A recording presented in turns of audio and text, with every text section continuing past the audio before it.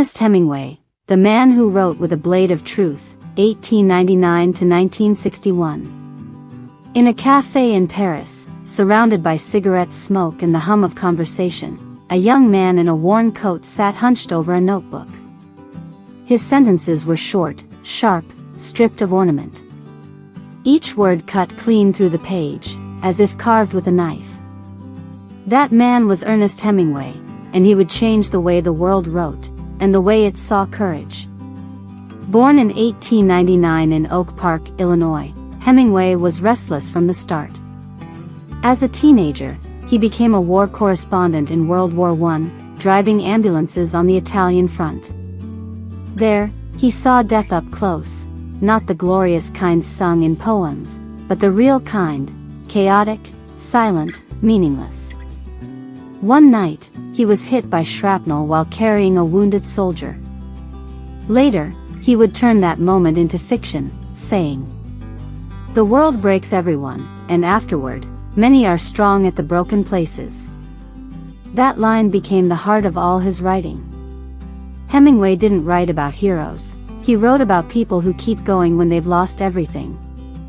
In the 1920s, he moved to Paris and joined the circle of writers and artists known as the Lost Generation. He spent his mornings writing in cafes, his afternoons boxing, fishing, or drinking with James Joyce and Gertrude Stein. His novels, The Sun Also Rises, A Farewell to Arms, For Whom the Bell Tolls, were unlike anything readers had seen before. His prose was simple but alive, like the beat of a heart. Beneath the surface calm of his words, whole storms raged. His writing philosophy became legendary, the iceberg theory. "Only 1/8 of an iceberg is visible above the water," he said, "the rest lies unseen below." So too should stories reveal only what is necessary, letting emotion and truth swell quietly underneath. Hemingway's life was as fierce as his fiction.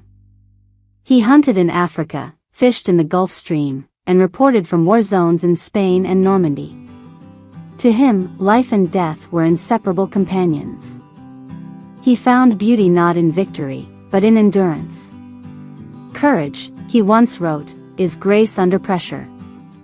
In 1952, after years of struggle and declining fame, Hemingway published The Old Man and the Sea. The story of an aging fisherman battling a giant marlin on the open ocean became a universal symbol of human perseverance. "A man can be destroyed," he wrote, "but not defeated." That novel earned him the Pulitzer Prize and, 2 years later, the Nobel Prize in Literature, 1954, for his mastery of the art of narrative, most recently demonstrated in The Old Man and the Sea. In his Nobel acceptance speech, read in his absence due to illness, Hemingway said quietly, "A writer should write what he has to say, not speak it." But behind the stoic mask, darkness grew. The man who wrote of bravery and endurance faced his own battles with depression and injury. In 1961, at his home in Ketchum, Idaho, he ended his life, leaving behind not despair, but an immortal body of work that spoke of struggle, dignity, and truth. Ernest Hemingway's stories taught the world that strength doesn't mean never breaking, it means refusing to stay broken. His words still live like fire, burning quietly in the hearts of those who fight on, alone but unafraid. Ernest Hemingway, the man who wrote with a blade of truth.